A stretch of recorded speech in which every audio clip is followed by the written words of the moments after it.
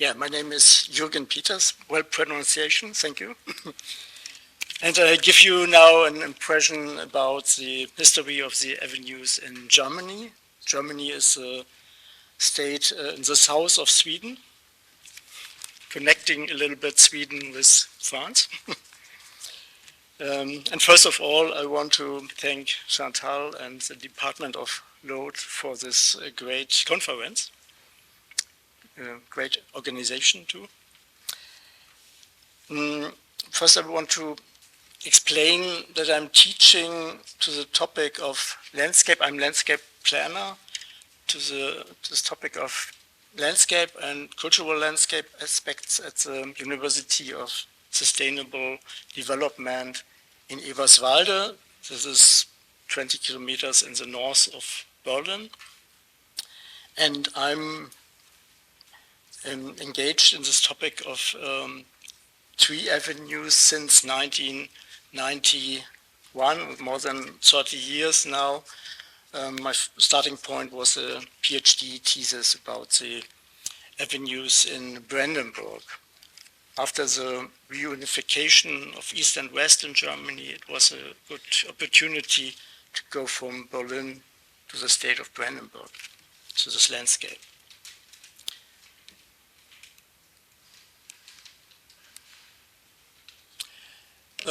Since that time, I supervised a lot of scientific theses. As you can see here, some students analyzing avenues in Brandenburg to indicate some places to replant new avenues. That's the aim. That was the aim in this project here. And first of all, I want to explain what I talk about. At this card at the left, you see the topographic map of Germany, and it shows the lowlands in the green color in the north of Germany, and the hilly land in more in the south, and the Alps in the at the bottom in the south. And I spoke more or less about North Germany. And the reason you see it on the right is this is a political map. And as you know, Germany is totally different from France. It has been a state of a lot of small kingdoms since 1918, since the end of the First World War. And this map here shows Prussia in these blue colors. And Prussia, what I spoke about now, represents this area of Prussia, because the politics about avenue construction and planting tree avenues is common in that area. That means also Poland, we heard about that, and parts of the Baltic area is similar to the German politics in that time.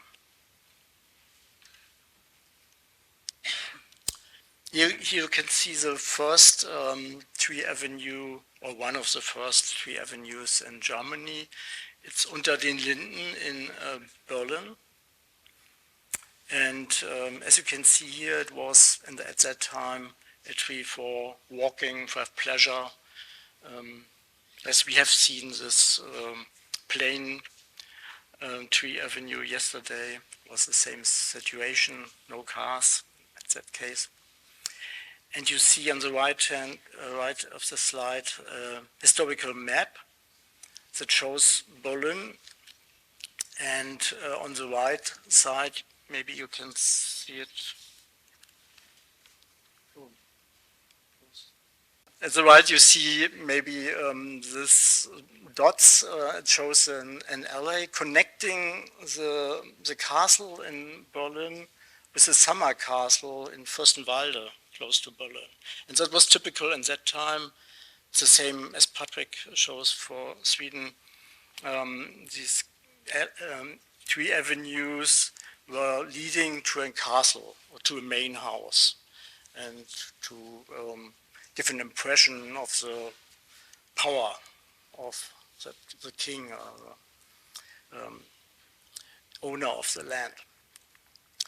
And this is a draw of Kleve in Rhineland, also Prussia at that time, and it shows the aesthetical, or it gives an aesthetical impression of the landscape formed or shaped by this orthogonal network of avenues. And that was typical for this landscape beautification of in the end of the 19th century. The starting point of create more and more avenues in the landscape.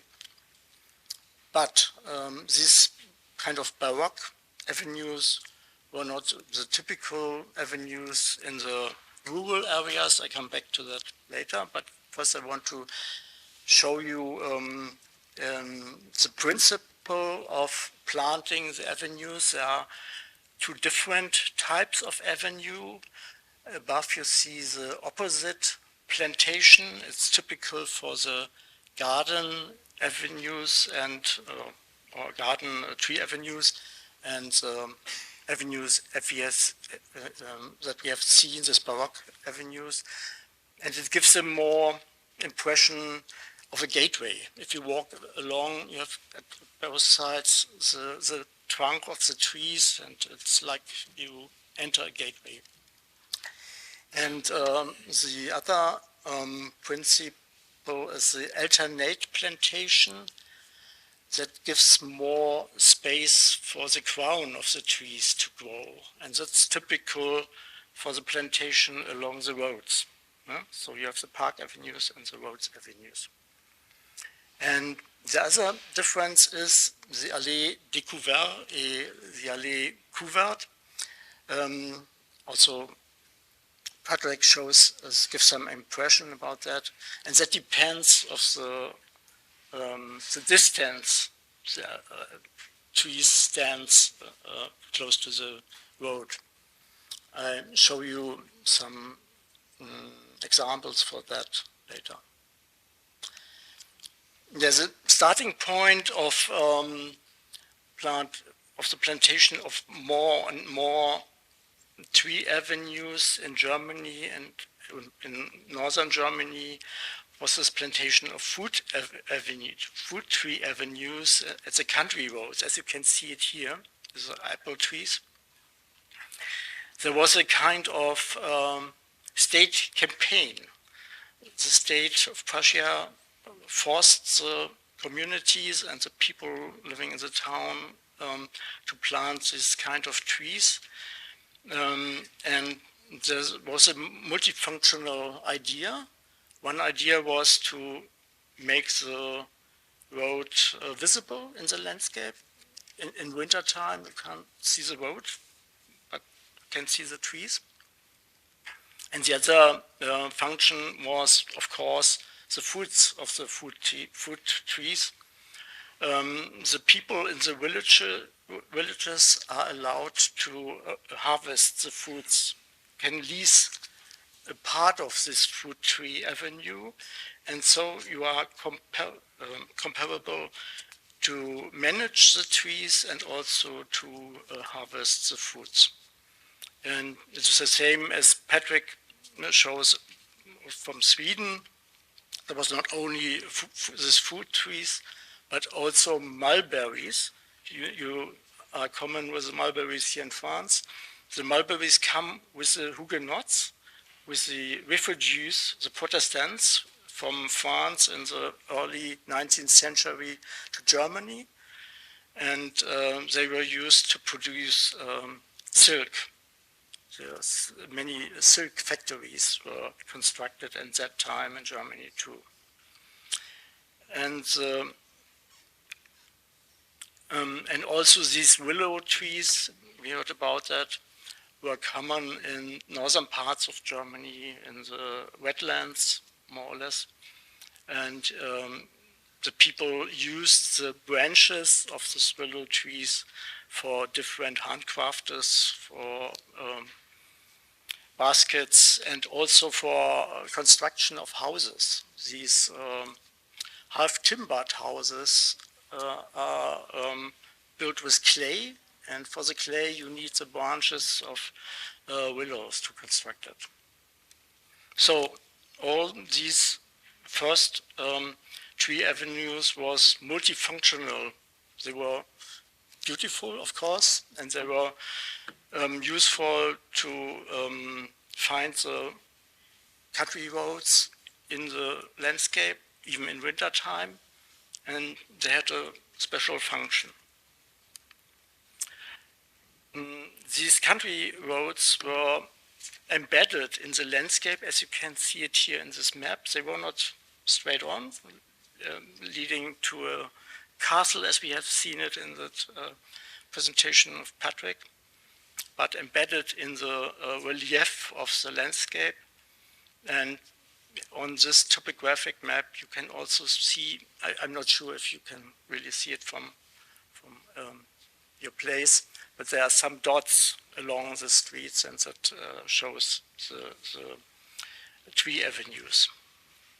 And nearly every of these roads were covered with trees. This is my favorite tree avenue in Germany. It's a country road tree avenue with lime trees, 200 years old lime trees. Also with cobblestones from the Ice Age. They come from Sweden, and part of them are also from Norway, maybe from Scandinavia with the ice. And on the right you see the so-called summer way. The summer way is not covered with stones, but just a sandy way to give more space for the traffic. And this tree avenue is part also of a fermé or orné, or ornamented farm.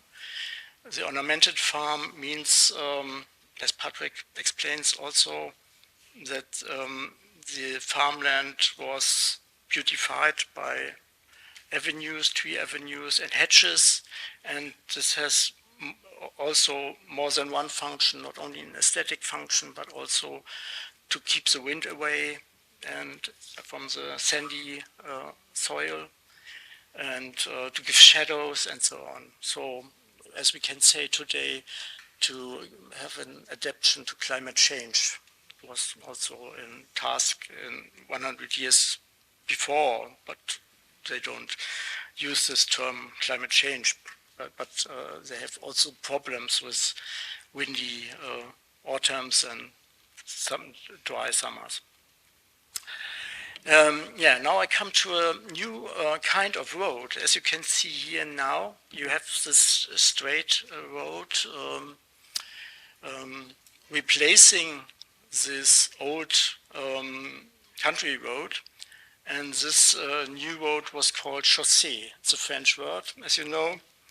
And the chaussée really was a new idea coming from France. You have the École des Ponts et Chaussées, and in Germany they say at that time the France are leading in engineering, road engineering, but the Germans were leading in financing the roads and in managing the roads. And this picture here is a drawing from Schinkel. Schinkel is an architect in the 18th century in Berlin, very famous, and it shows a typical chaussée like it should be constructed, with the stone-paved road and the summer way, and close to the road there it shows two poplars. This is a pyramid poplar or Lombard poplar, and this is the starting point of the construction of the chaussées. It's a network today of the, we call it Bundesstraßen in France. These are the national routes. And here you can see these roadhouses. The roadhouses were placed every 10 miles, like that. And the people who use this chaussee have to pay a toll. And with the income of the toll, they can finance the construction of the chaussee and also the plantation of the trees along the avenue. So that was that idea at that time, kind of mout. In the early morning, you speak about Georges Pompidou and his declaration. And as you can see here, we have in Germany also a very popular declaration from the King Frederick III, and he was also engaged in keeping the tree avenues because of the beauty of the trees and importance for the landscape. And that's also a really important thing for us to give more,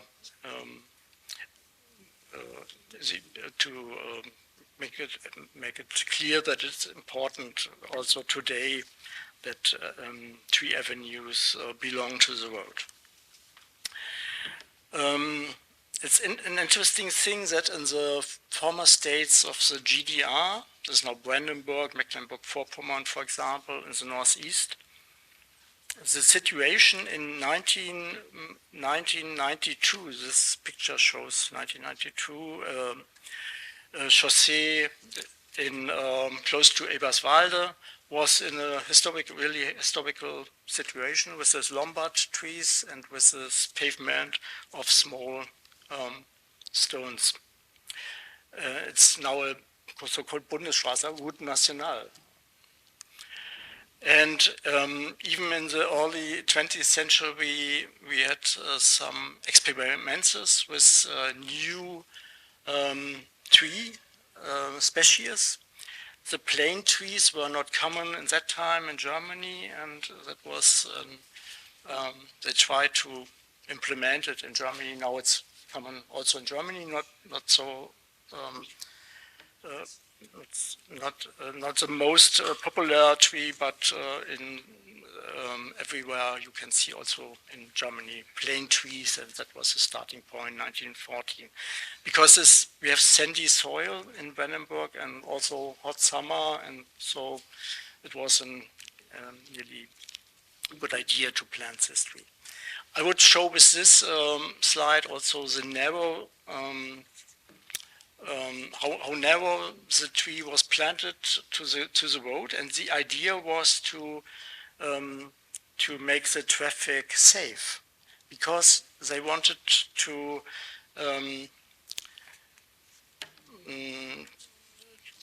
hinder the cars to leave the road. The totally contrary discussion as we have it today. Now I come to the last slides. This gives an impression that also the avenue trees are beautiful from outside, not only from inside. And here you have an impression inside. And I want to show also this picture, because it means in the future we have also, as you have it in France too, new aspects of thinking, new instructions for the safety of the roads, and we have to now we have a distance of 4.5 meter between the road and the plantation of the trees, and this gives another impression as the historical trees. It's an open avenue, no? Not an allée couverte, allée découverte. And the last thing I want to give you an impression. It's a network of alleys and hedges. It's important for the habitat connection. And we spoke about the beetles, importance of old oaks for the beetles. We have also some teases about this topic. This is this is also a very old tree. Another thing is the tourism German Avenue Road. For tourism, it's a unique selling point, this kind of avenue trees, and this gives an impression of our inventory of trees in Germany. 7,000 kilometers of tree lines and 20,000 kilometers of alleys, and yeah, that's the last slide, and thanks for your attention.